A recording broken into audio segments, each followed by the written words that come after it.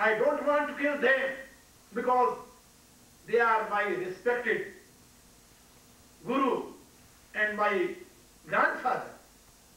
And how I can fight with them? It is not possible.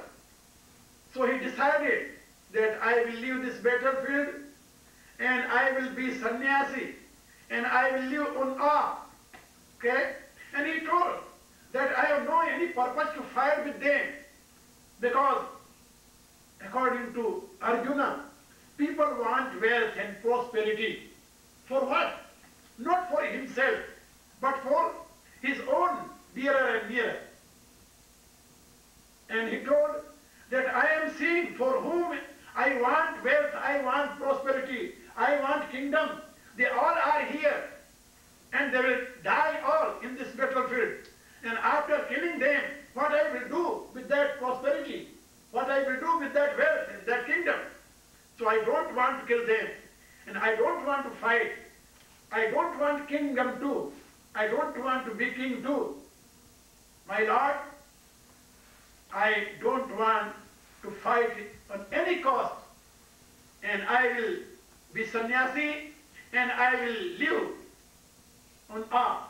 Because for myself, he thought, for myself, arm is enough. I want only prosperity or wealth and all kinds of facilities for my own people, not for myself. Because, you know, Arjuna was by birth, divine person. Lord stated in 16th chapter of Bhagavad Gita, "O Arjuna, you are by birth divine." Okay? Because divine person has no desire, no any kinds of temptation for his own self, but whatever he is doing for others. He is doing for his, nearer and dearer. So Arjuna told that I don't want kingdom, I don't want kingship too, I don't want fight. Esham arthe kanchitam no rajyam bhoga sukhani cha. For whom I want prosperity, I want kingdom, I want all kinds of wealth.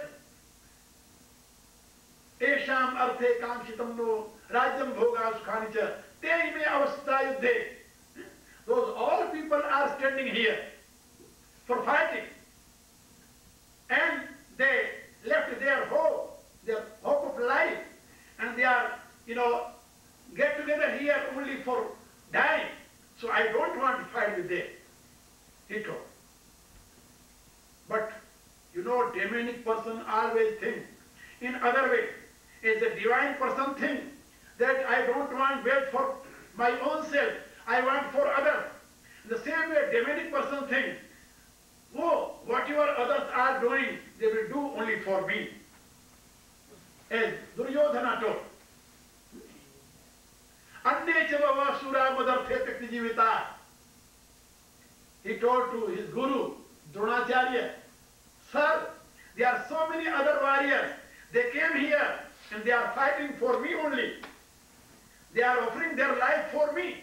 Anne chavava sura madarthe takti jivita.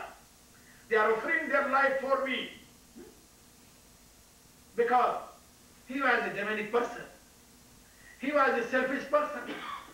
He was an egocentric person. Those who are egocentric person, they always think that I am enjoyer. Iswaro aham bhogi, siddho aham balvan sukhi. I am master, I am enjoyer, and I am all in all. So Duryodhana was by birth demonic nature person, and Arjuna was by birth divine nature person. So Arjuna was thinking that, my Lord, I don't want wealth, I don't want kingship. What I will do with all these things? If my kith and kin will die here, if my own dearer and dearer will die here, so my Lord, I don't want to fight. He told. And Lord smiled and asked, oh my boy, what are you going to do? And this is the only work for a mean person. not a great person. Not an Arya, but an Arya. An Arya means mean persons. You know, think in this way. Not a wise person, not a, noble person think in this way. Your thinking is not good, not correct. Then Arjuna was stunned. How? Then what is the proper path? He thought again and again.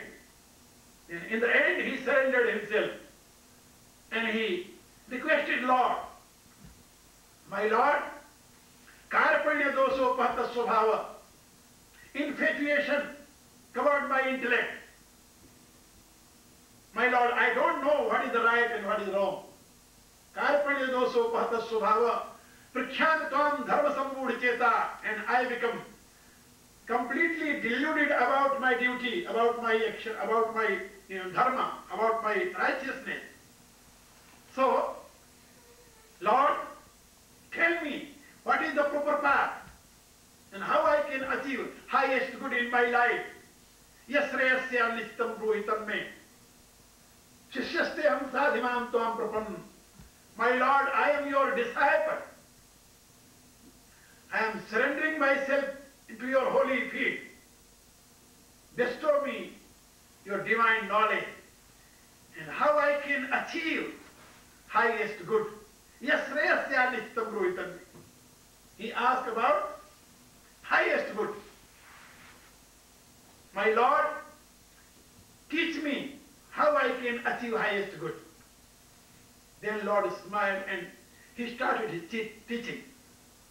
And today, that is that day, 5,200, about 20 years ago, this incident occurred in Holy Land, okay, in our motherland, India. In the place of Kurukshetra, at that was Dharma Kshetra too, very pious place. Nowadays that place is in Haryana province, okay, very near to my ashram. That very pious place, and still now there are some remains. If you go there, you can see, okay, and that is a Jyotishar place where Lord Krishna gave this divine message. Okay. So, this divine message was given by Lord to his own disciple, and one such kind of person who was confused about his duty. Not only Arjuna, this is a nature of common people. Okay? This is a nature of common people. Common people are not aware about their duty, what duty, real duty is. Okay? And mostly people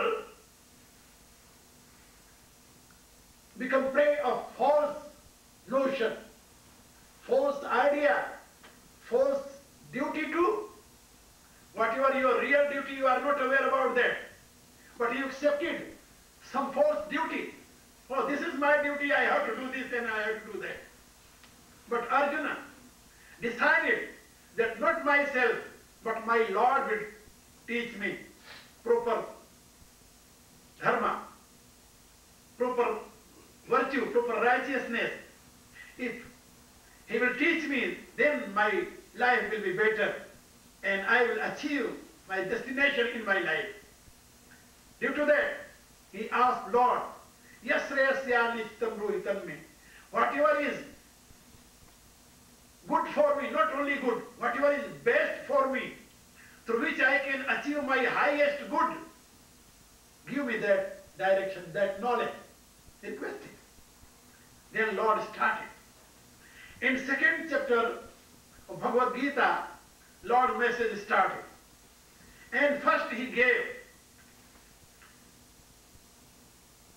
Sankhya philosophy. And then he taught about yoga. In second chapter of Bhagavad Gita, where Lord started his teaching, he started from that subject which is related with Sankhya philosophy. What is the main subject of Sankhya philosophy?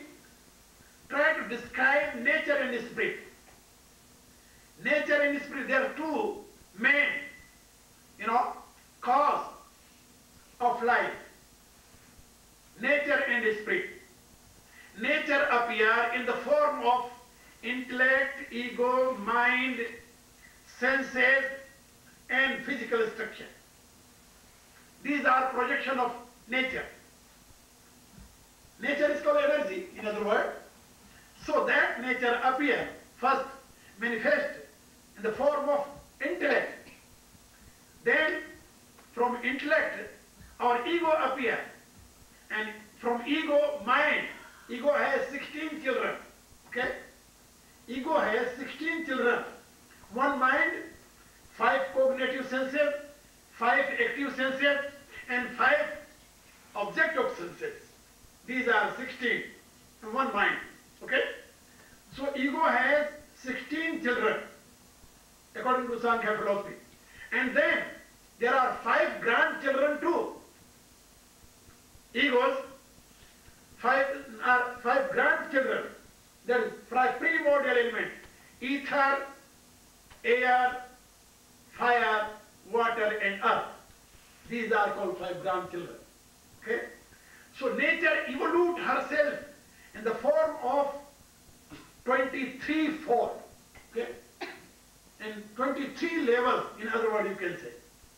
5 primordial elements, and 5 objective senses, and 5 cognitive organs, 5 active organs, 1 mind, intellect, and ego. These are 23. Okay? And one in nature herself. So, nature evolved these 23, aspects from herself. And that is called nature. All are projection of nature. But your life is not related with only nature. These are only means. Then what is your real self? Your real self is not projection of nature. That is not part of nature. Okay? Your real self is not part of nature. That is not projection of nature. Your real self is only ray of supreme consciousness. That very supreme consciousness is called spirit. So there are two, main causes, nature and spirit. In 13th chapter of Bhagavad Gita, Lord Krishna stated that Ch.6 jnanam etat jnanam matamama purusha praktistho hi bhukte praktijan gunam karanam gunasangasya sadasya dod janmasu purusha praktistyaiva vidyanadi uhavapi. Lord stated here that nature and spirit both are eternal. Be aware about it. He taught. Nature and spirit both are eternal, and be aware about it. And among those, nature is the cause of your gross body, subtle body, and causal body, and spirit is the cause of your real self. Okay? So nature evolved means, and that supreme consciousness is called Akshara Brahma. That Akshara Brahma appear in the form of your real self. So self is residing into your Brahma chakra. Okay? And Lord stated, Ishvara Sarvabhutanam Hridayate Arjanteshta. That's called Hridayam in Sanskrit. This Brahma chakra is called Hridayam. Okay? Hridayam is not heart. Don't think about it. That Hridayam is heart.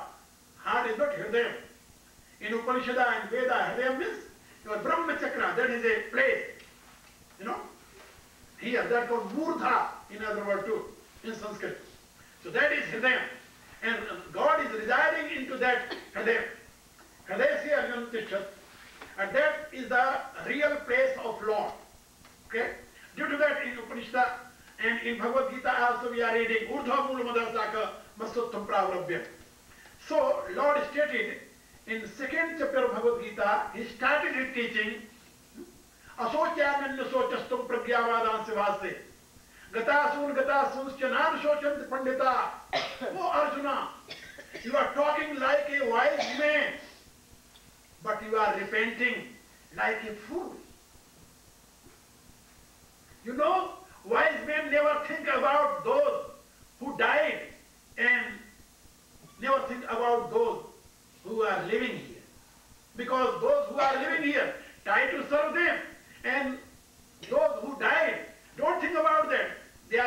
according to their own karma. What will you do for them? So wise men never think about those who are living and never think about those who are, not living in the world. Agatasun sinam sochanti pandita. But you are talking like a wise man. You are thinking that you will kill all these people? How one can kill any person? Do you know whom you are going to kill? And you know how you can kill that soul? Soul is eternal. Self is eternal. That is only manifested form of supreme consciousness. And that is immortal. Na jayate mriyate va kadachin nayam bhutva bhavita va anubhuya ajo nitya shashvato yam purano nahanyalte hanyamane sharire. When this body will die, and after that soul will live.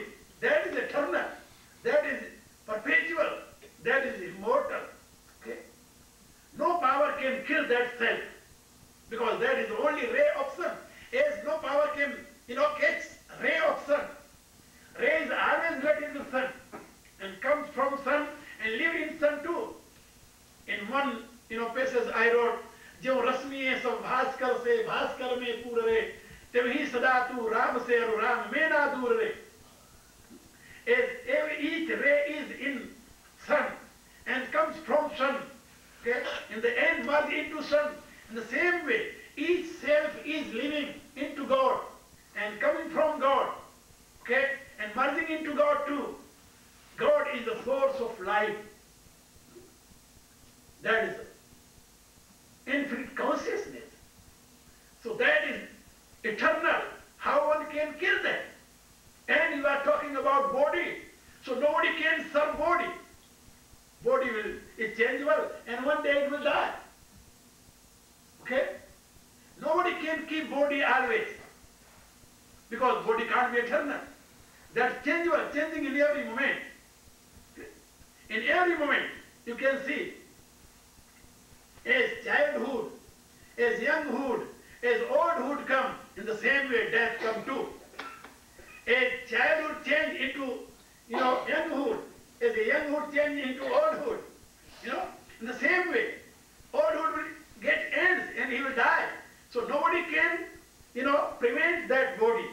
Nobody can protect that body.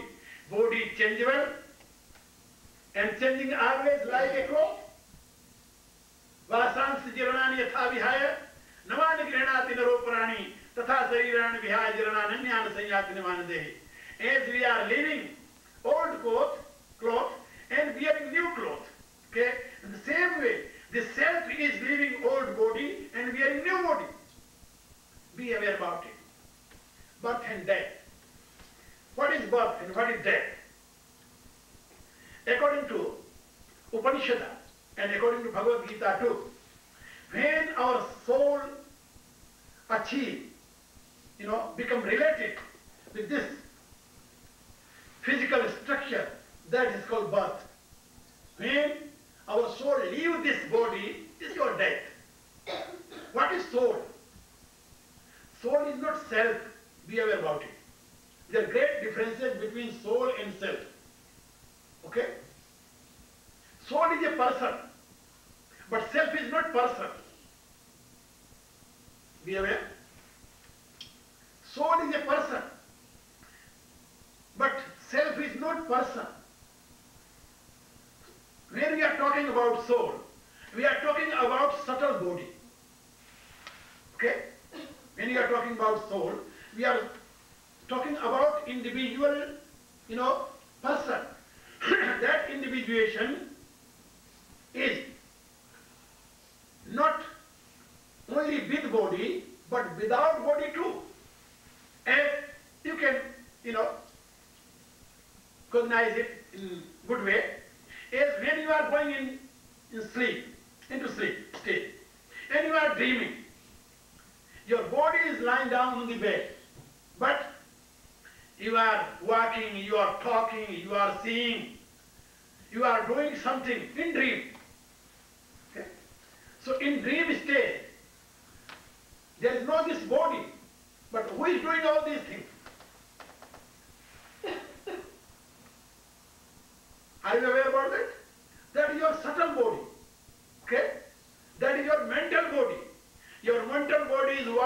talking, doing, singing, dancing, weeping, crying, sometimes, creating so many things. All activities are doing that. So that is called subtle body. And that is called soul. Okay? Soul has two things. Subtle nature and with consciousness. When you are talking about soul, we are talking about individuation. Okay? And individuation has two things. Nature and spirit. But nature is there in subtle form and causal form. Okay? And spirit enlightening in that subtle body and causal body. And there is individuation. When a person dies, okay, Lord stated in 15th chapter of Bhagavad Gita, I describe all, when I was, giving my talk on 15th chapter, that Utkramantam Ishtitam Vapi Bhunjanam Va Gunavitam Vimudha Nan Pashyanti Gyan Chakshusha. When this self leave this body, then Manashashtani Indriyani Praktisthani Kalsati. And he, always draw mind with 5 cognitive senses, 5 active senses, all these subtle body, go with it. And then he adopt a new body. Okay? So, when we are talking about soul, we are talking about that subtle form of your individuation. Okay? That is not really death. When you are leaving this body, that is not really death. Really death will occur when you will be free from that subtle body too. When you will be free from causal body too. What is causal body? When you are entering in deep sleep. Okay? When you are entering in deep sleep, not in dreaming state. When you are entering in deep sleep and you are enjoying your sleep calmly, quietly, okay, perfectly, and you are thinking that, oh, I slept well, and without any dream, it was marvelous.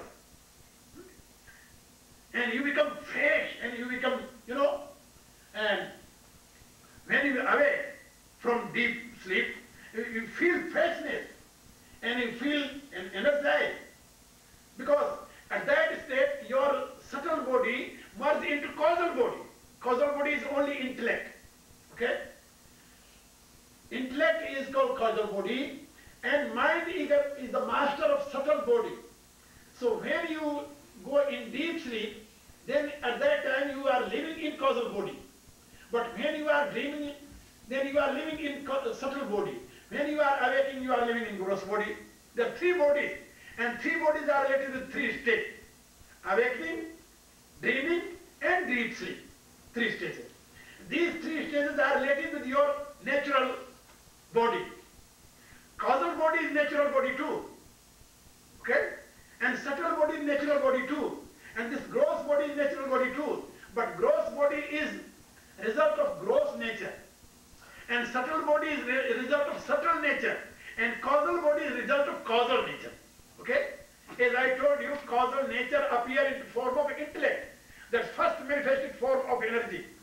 And first manifested form of nature. So that intellect is your causal body. Then what is emancipation? Emancipation occurs when you will leave that intellect to complete, complete dissolution into ocean of consciousness. When your self will merge its own cause, that is perfectly emancipation. Okay? But there is next stage of emancipation too. As I was telling one day, when you are achieving Brahmaloka, Goloka, Saketloka, at that state, your causal body is living, not subtle body. You become free from subtle body, but your causal body exists at that state. Your intellect exists in that state. And your individuation exists in that state too. But you become fully aware about truth. And you see that this is only part of subtle and causal nature, but you are one with Godhead. Okay? So that state is called emancipated state. And those who are living in Brahmaloka, and they achieve, they merge their own entity into causal phenomena of supreme consciousness. When?